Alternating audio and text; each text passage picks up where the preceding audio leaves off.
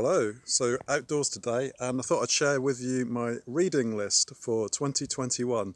So we'll look at books on my Kindle and what I've been reading recently, and hopefully some of these may be of interest to you. So if not, then let me know, and please feel free to make some of your own suggestions. So without further ado, let's move on. So for those of you watching in the future, this is mid-July 2021.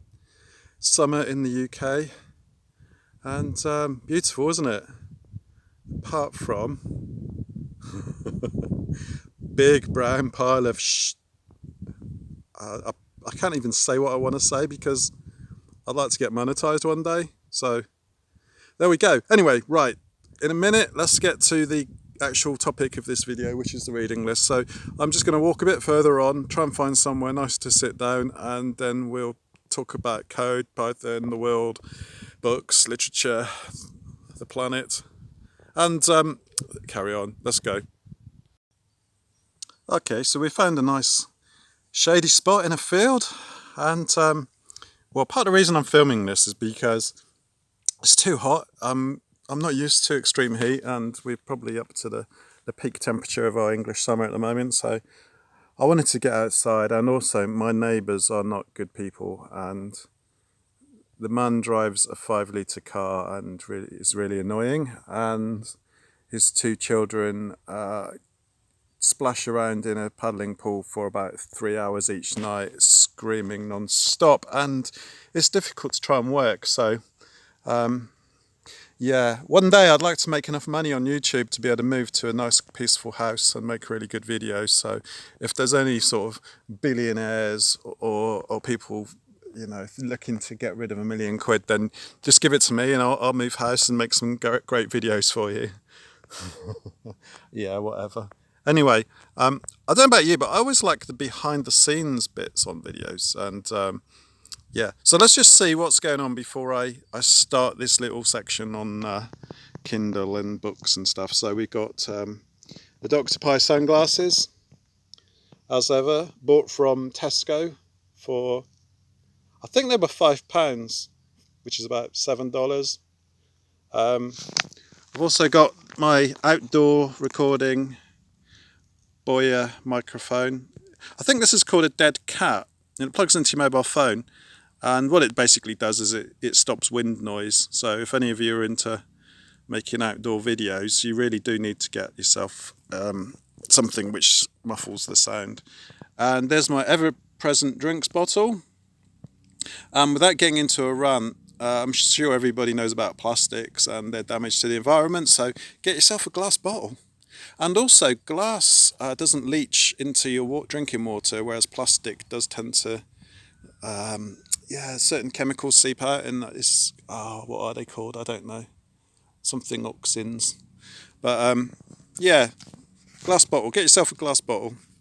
Glass bottle and a furry microphone, and your life will be great.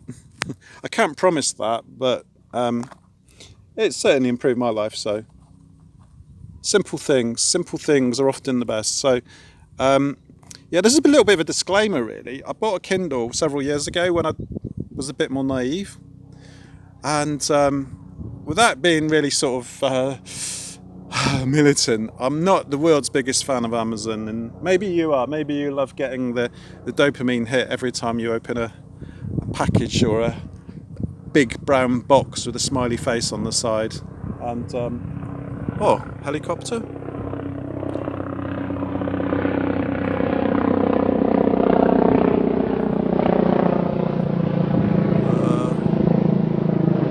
You know, the whole reason I thought I'd do this video out under a tree in the middle of a field was because there would be no noises messing it up, but there we go. Try and sit on your own under a tree and a helicopter comes along and spoils your piece. So without further ado, I'm just going to bear with me, and I'm just going to plug in my Boya microphone. And there we go. Recording audio through headset. So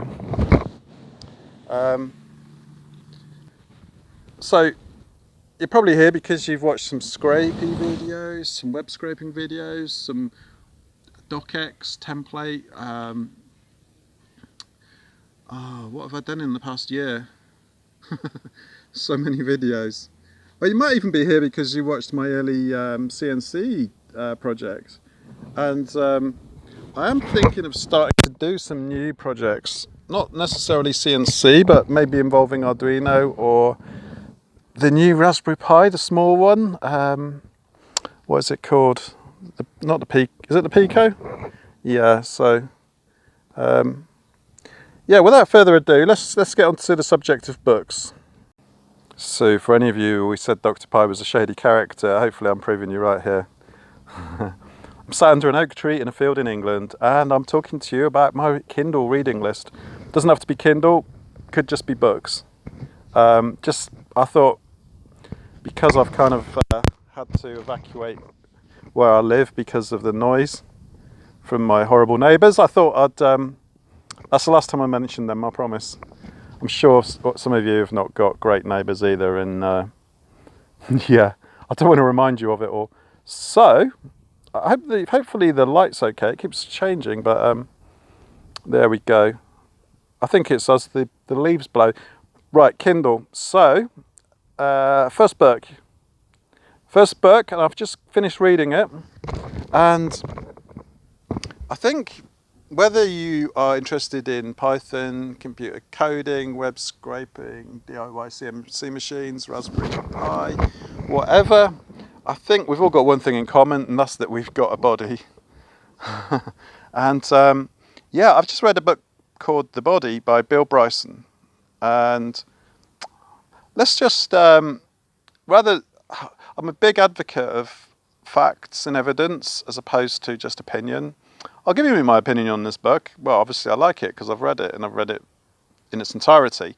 If you only if you only read half of a book, then presume it's probably logical that you don't like it, or maybe you've not had time to finish it. But in general, if you like a book, you'll finish it fairly quickly, I would think, unless it's 4,000 pages long. So yeah, let's just talk about The Body by Bill Bryson. So he's written several other books. I believe he's an American who lives in England, or he's born in America and now he's moved to England. And I think he's very good at identifying the difference in culture between the two countries. And he's obviously done a huge amount of research on this book, The Body. So yeah, without further ado, I'm just going to read you a little section from it. And don't worry, this is just one of the books. So there should be about, I'll probably cover about 10 altogether. So yeah, just a little bit more on this one, and then we'll get on to maybe some more coding books. Definitely some more coding books. So, yeah, Bill Bryson. What's he talking about? He's talking about clinical trials. Another problem with clinical trials is that test subjects are nearly always excluded if they have other medical conditions or on other medications, because those considerations could complicate results. That's got parallels to coding, hasn't it? Yeah, unless you're using the same operating system, the same software version, blah, blah, blah, it's very difficult to identify a fault. So, yeah, commonly when you raise a TAC case, technical assistance case with Cisco or somebody, they'll want firmware version, amount of RAM, number of ports in use, power, blah, blah, blah. Anyway, the idea is to get rid of what are known as the confounding variables. The problem is that real life is full of confounding variables, even if drug tests are not. That means lots of possible consequences are not tested for. And you're probably thinking, why am I talking about health and stuff? Well, to be honest, that concept you can apply to writing code. You can apply it to anything in your life. You want to remove confounding variables, basically variables which are producing random results and could influence the output of what you are doing. So, yeah, it's a good book. Bill Bryson, The Body. So that's book number one. And so hot here. Right, next book. What should we have a look at? For all you web scraping fans, let's dive into that one. So this book is called Python Web Scraping Second Edition, and to be honest, there's hardly any scrape. I don't think there's any scrapey in it or anything, but it's pretty much, it covers captures actually. That's where I read about 9kW. So anybody wants to bypass capture, then 9kW, as recommended by this book.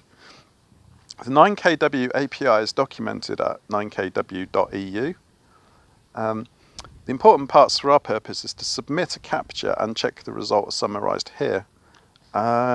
Is this the one that... Okay, so API key, action, file upload 01. I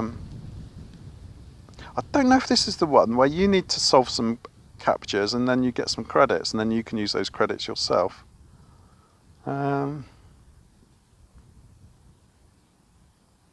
This book was written a while ago. I think it was written about 5 years ago. So it's got a nice example in here. I'm not going to talk about the capture anymore because I don't fully know if it's still valid or if it still works. But there's a good example in there with web scraping BMW dealers in Germany and geocoordinates as well. There's a section on spotting the dealers on Google Maps, I believe. So yeah, it's been a while since I looked at it, to be honest. So I've downloaded it and I've read probably 2/3 of it. My slight criticism of it was that I think it's starting to date potentially, and there's probably better ways of doing things now than what's listed here. But it's very comprehensive and it's quite, I would say it's beyond beginner, and it's definitely intermediate. Oh yeah, this chapter 6 was Scrapey. Oh wow, it's Scrapey 1.3.3. Sometimes it's interesting to go back and look at old things and just see. Sometimes you see old code and you think, oh, that's why they use you see something that you've seen before and you didn't know why, and then you read it here and you think, it's written like that because that's the old way. It's a bit like using extract instead of get in Scrapey, or with Python 2.7 or what from future. Defining a model. What else? How to use items. What is your opinion on items? I've used them sometimes, but probably I think I don't do large enough projects to make it worthwhile. Do you use items? I know it's great for doing sort of map compose and remove tags and so on. So yeah, right. Talk about link extractors as well. I've done a couple of videos on link extractors. That's obviously as crawl as opposed to that's doing a crawl rather than using a spider. Concurrent requests per domain equals 1. Download delay equals 5. You can search and find those settings in documentation. Blah blah blah. Okay, testing the spider. Rule link extractor. Right. I think I've talked enough about that. Python web scraping second edition. It's a packet, P-A-K-T. That's another thing which these days, some of the books, especially the kind of the e-reader online Kindle things, they're all subscription now, and I've got reservations about subscribing to too many things, because before you know it, you're going to have a lot of outgoings from your bank account each month, and if you don't stay on top of it, they can soon mount up. So, is it the cheaper way? Is it better? Obviously, investing in yourself is usually going to pay dividends, but if you subscribe to too many things, you're probably not going to get full value for money. Anyway, that's Python web scraping by P-A-C-K-T, packets. I better just tell you who the author is if I can find it. I think the helicopter might be coming back in a second. I apologise if it does. Yeah, it's Python Web Scraping 2nd edition, Fetching Data from the Web by Catherine Jarmull and Richard Lawson. So there you go, that's the second book. And third book, what should we go for next? I think I've probably mentioned Python one-liners several times, but it's such a good book, I think I'm going to have to mention it to you again shortly. Python one-liners by Christian Mayer. So if any of you are familiar with Thinkster, what's this page? I've randomly opened it on. That's a logistic regression model. So it starts off by guiding you through. It does a kind of a refresher on Python basics, and then it runs through Lambda functions, and then it starts taking you into NumPy. And before you know it, you're looking at some basic machine learning, logistic regression, linear regression, manipulating data with NumPy. Things like NumPy broadcasts, where you get a different sized array that you can multiply by another array, and reshaping an array, and np.array, linear regression from sklearn.linear _model import, linear regression. That's the problem with reading on a Kindle. It wraps the words, and sometimes it makes code look quite awkward, especially Python code, because obviously the indentation is so important. And then if you read it on the Kindle, depending on the font size, you end up with words, even your imports can be wrapped across 2 lines, and that's quite disconcerting. I actually own the hard copy of this book, and I forget how much it was. To be honest, when it first arrived, I was a little bit disappointed because it was similar prices to all the others. I think I've just been stung. Ow. And similar price to the other, what are they called? No Starch books. And £25, $30, something like that. And I got the book, and it was only about half the thickness of what was my other one? Crash Course Python, or How to Automate the Boring Stuff. So, yeah, but obviously because it's one-liners, in theory there should be less pages anyway, so we'll forgive him on that.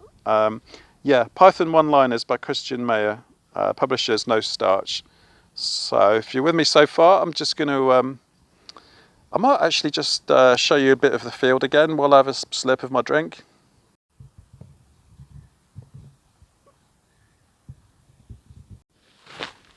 Okay, so where were we? We just covered one-liners. So far we've covered Bill Bryson, a book about the body, the human body, which is obviously not coding. Python one-liners and Python web scraping. So hopefully some of those might be of interest. The next book, I think I'm going to talk to you about how not to diet. So if any of you are interested in nutrition, there's obviously many different stories in the media about what to eat, some new diet, do eat butter, don't eat butter, do eat fish, don't eat fish, do eat eggs, don't eat eggs. And I'm not going to really give you my opinion, but all I'm going to do is just say that there's a book out here called How Not to Diet by Dr. Michael Greger. And let me just read you a section from it, and then it's up to you whether you want to go off and read it. So, dangling a carrot. The biggest influence on calorie density is not fat but water content, since water adds weight and bulk without adding calories. The most calorie dense foods and the most calorie dense diets tend to be those that are dry. Okay, some vegetables, on the other hand, are more than 95% water. So you can see where this is going. He's kind of going to saying, eat plants, don't eat chocolate or beef burgers. High in water-rich food section is not just iceberg lettuce. Bamboo shoots, bean sprouts, cucumbers, celery, turnips, cook's napa cabbage, bok choy, summer squash and zucchini may top out at 95% water. Basically, water in vegetable form. A big bowl of water-rich vegetables is practically just a big bowl of trapped water. And obviously the benefit of this, the effects on calorie density is so dramatic, the food industry wants in on the action. Yeah, okay, so that's How Not to Diet, and really, if you read much of it, you'll kind of get the general gist of where he's going with it. Is that calorie-dense foods are not healthy for you. So calorie-dense foods typically come from a factory or a shop. Well, they come from a factory via a shop or via a drive-through burger restaurant.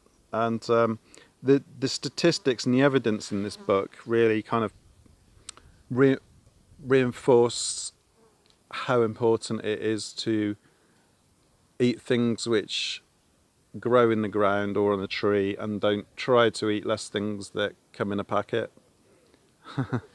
So yeah, there's lots of examples where they've done case studies, and yeah, the effects it has on your long-term health. Mushrooming weight loss. Mushrooms are a great way to swap out calories and swap in flavour. They only have about 100 calories per pound. So yeah, go and eat some mushrooms. Not those special ones. Well, unless you can eat the special ones, but I think, aren't you supposed to put the special mushrooms in a cup of tea or make tea with them, and then, yeah, I won't even go there. Right, so that's the fourth book, which was How Not to Diet by Dr. Michael Greger. So yeah, we've had a book about the body, a book about dieting and eating mushrooms. Proper mushrooms, remember. And Python one-liners, Python web scraping. What else have we got here? Let's have a look. Let's have something a bit different. Okay, this one's called... Now, what was it I've got? Let me just bear with.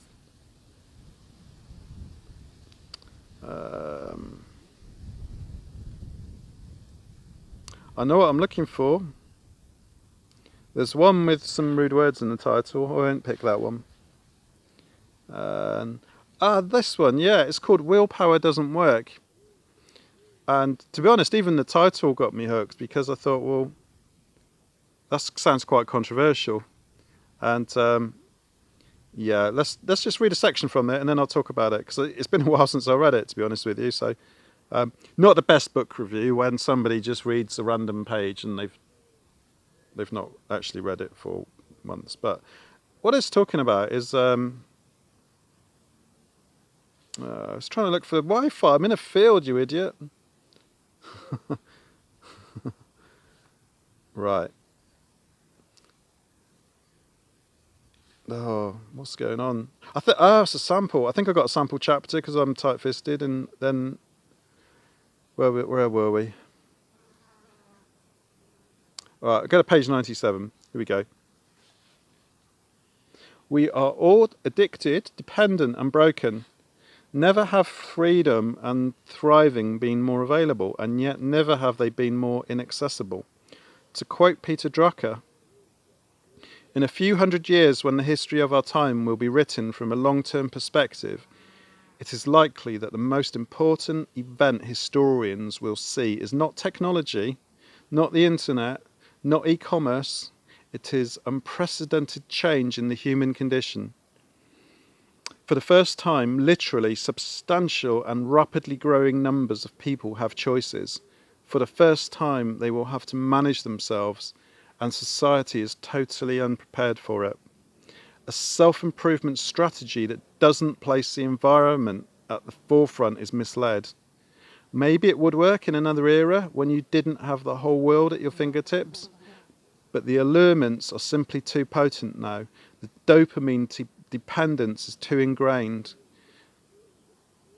The pervasive and addictive defaults in our culture revolve around technology, work, food, drugs, pornography, and people.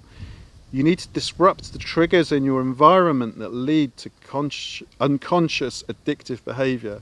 You need to deepen the quality and intimacy of your relationships with other people. Our culture is being shaped to isolate us more and more from each other. Addiction is becoming an epidemic. When you have deep and meaningful relationships, your chances of unhealthy addiction are far less. And here we go. Principle number 1. Hope you can read that. Don't be a slave to your environment. If you're like most people, technology operates you more than you operate it. Now, I'm probably offending or annoying as many subscribers as I'm entertaining, or I wouldn't say educating, that's a bit patronising, but yeah, that's the current theme really that I've been reading about and thinking about a lot. Does technology work for us, or do we work for technology?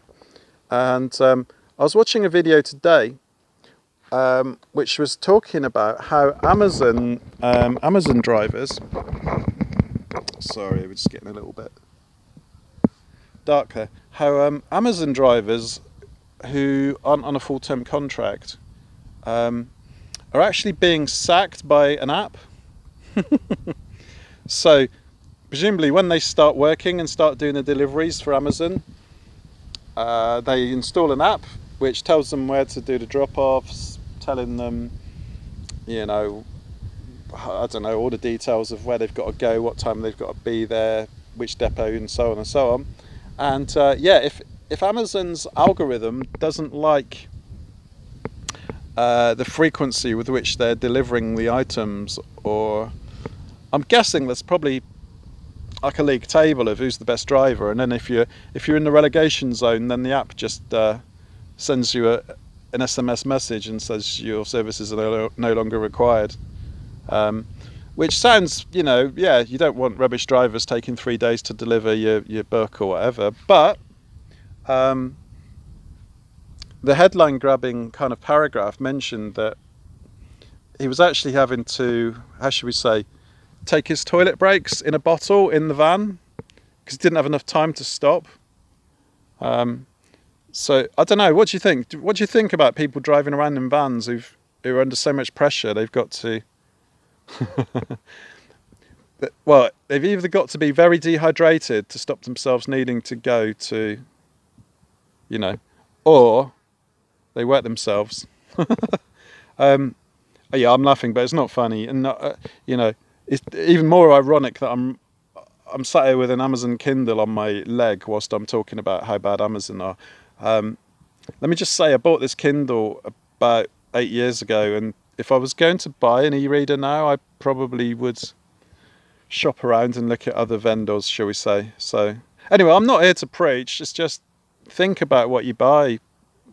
Why is there so little choice? Why do you always choose Amazon? Is it because it's easy? And why do you like things that are easy?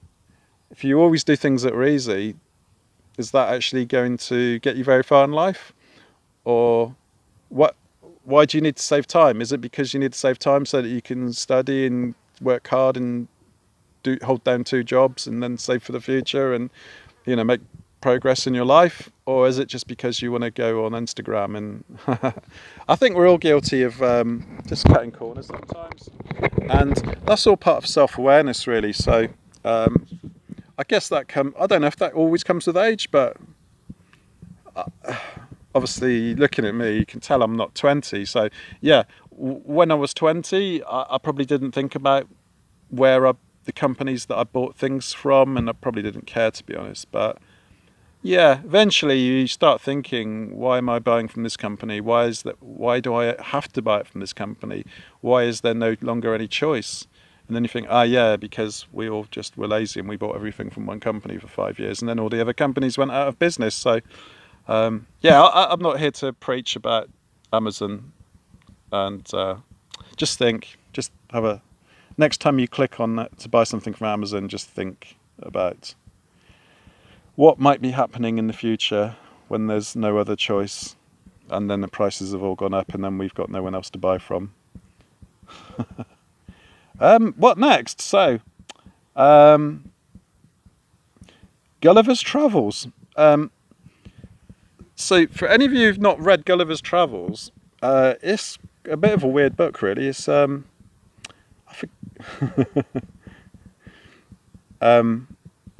let me read you read you a section, and you'll kind of understand the era in which it was wrote. So, when I came back, I resolved to settle in London, to which Mr. Bates, my master, encouraged me, and by him I was recommended to several patients. I took part of a small house in the Old Jewry, and being advised to alter my condition, I married Mrs. Mary Burton, second daughter to Mr. Edmund Burton, hosier in Newgate Street, with whom I received £400 for a portion. But my good Master Bates, dying in 2 years after, and I having few friends, my business began to fail. My conscience would not suffer me to imitate the bad practice of too many among my brethren. So yeah, Gulliver's Travels, it's got some quirky words and a quirky storyline. It's all about him being shipwrecked on an island where there's really small people, and then they tie him up. And again, I'm ashamed to say I haven't finished reading it, but yeah, Gulliver's Travels, it's obviously fiction, so it's old English fiction. So if that's not your thing, we'll skip on to the next publication. So where were we? Let's have a look. I'm a big fan of the no starch computer books, by the way. So another one I've got here is Practical SQL. I don't know if you can see that. Maybe not. A beginner's guide to storytelling with data.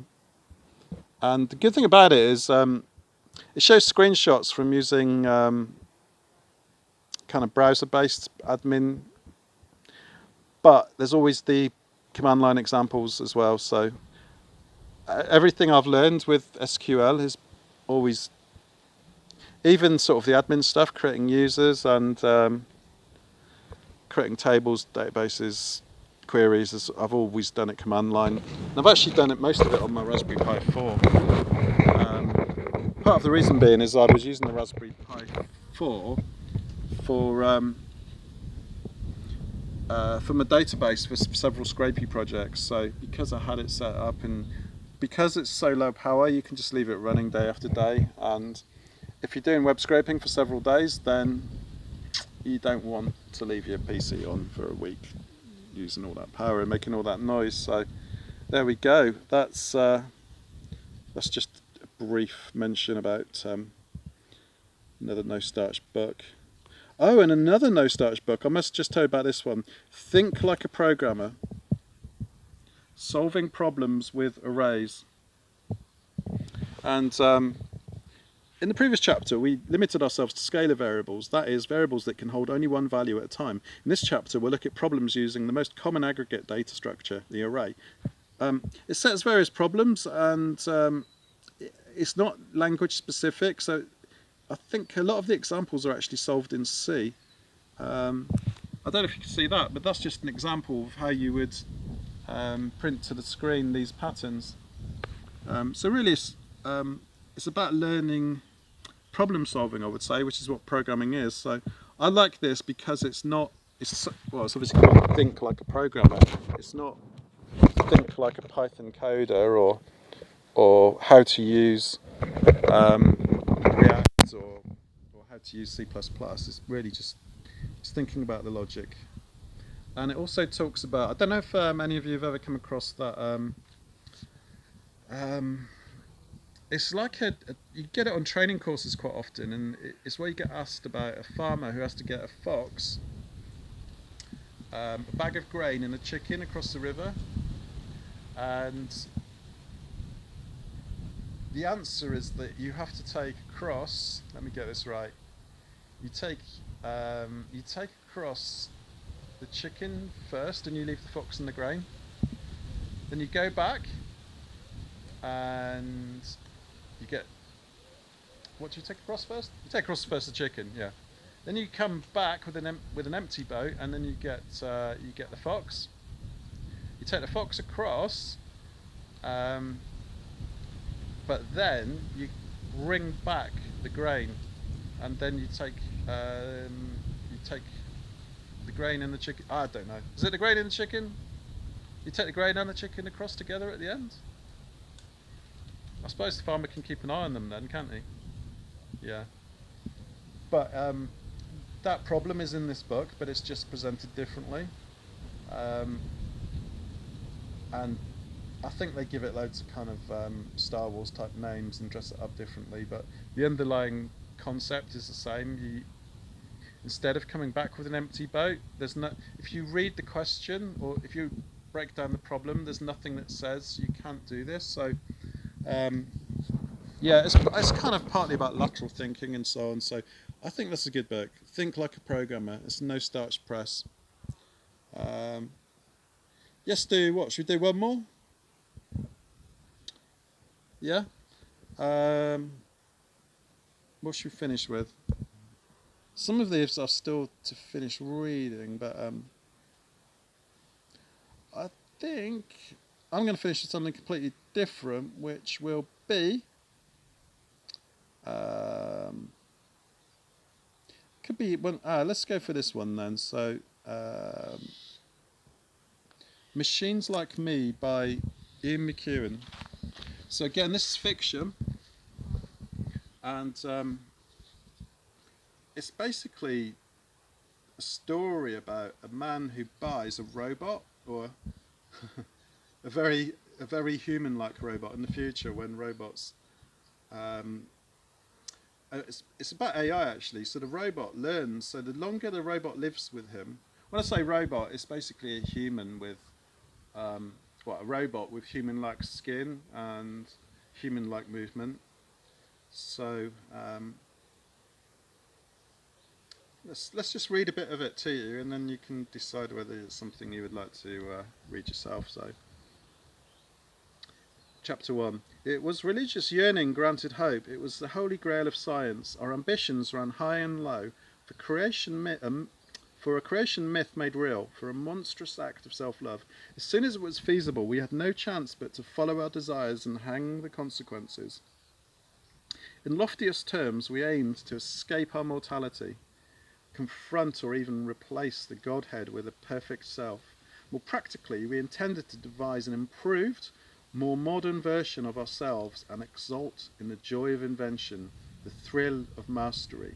In the autumn of the 20th century, it came about at last, the first step towards the fulfillment of an ancient dream, the beginning of the long lesson we could teach ourselves that however complicated we were, however faulty and difficult to describe in even our simplest actions and modes of being, we could be imitated and bettered.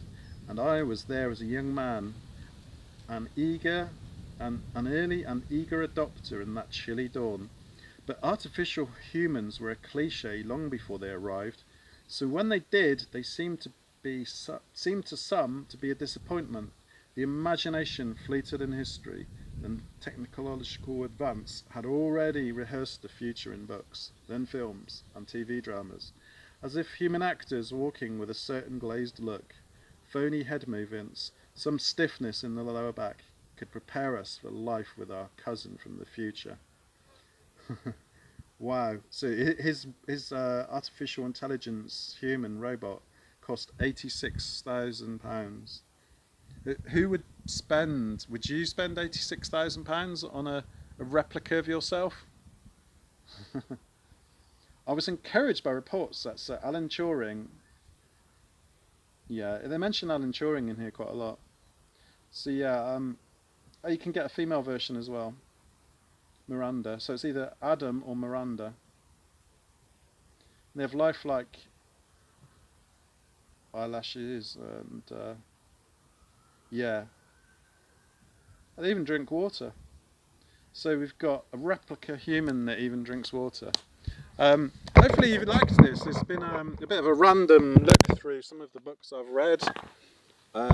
If you're interested in any of them, just drop me a comment and then we'll talk. I'll put links to them.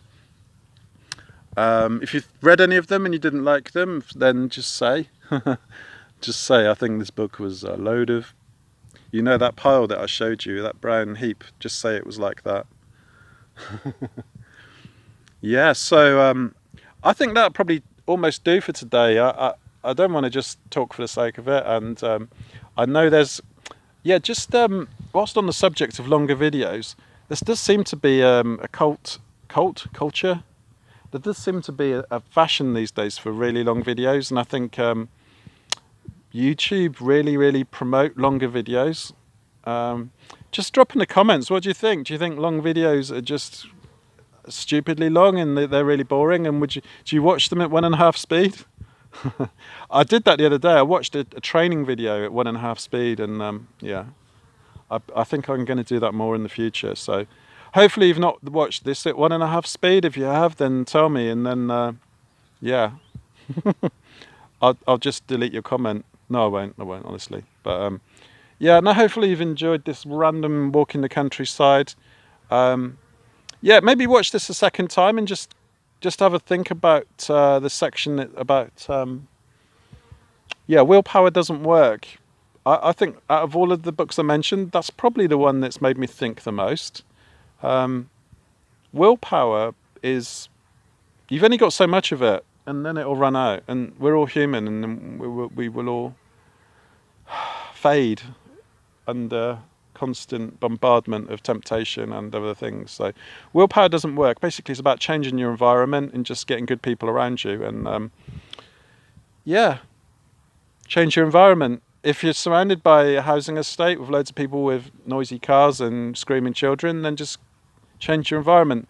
I know that's easier said than done, and we're not all fortunate enough to live where we can go and walk in a field, but just plan ahead. If you would like to live somewhere more peaceful, then make a list. Put the things that you want at the top of the list. If you want peace and quiet, which I do, make a list, put that at the top. I've not really achieved it because, as I say, I've still got noisy neighbours, but I don't know. Who knows? Who knows what the future will bring? It's strange times at the moment, and yeah, the pandemic is in the UK. It's going from bad to worse, and I'm sitting in a field by myself, socially distancing, whilst everybody else does this weird thing called Freedom Day. It's where they've relaxed the rules, but they've relaxed the rules, and yet the graph of all the cases is going right up like that. So I'm not going to leave you on a downer. I'm going to shut up, and then I'm just going to show you some countryside. So there we go. Countryside in England on a sunny day, brought to you by Dr. Pi and Python 360.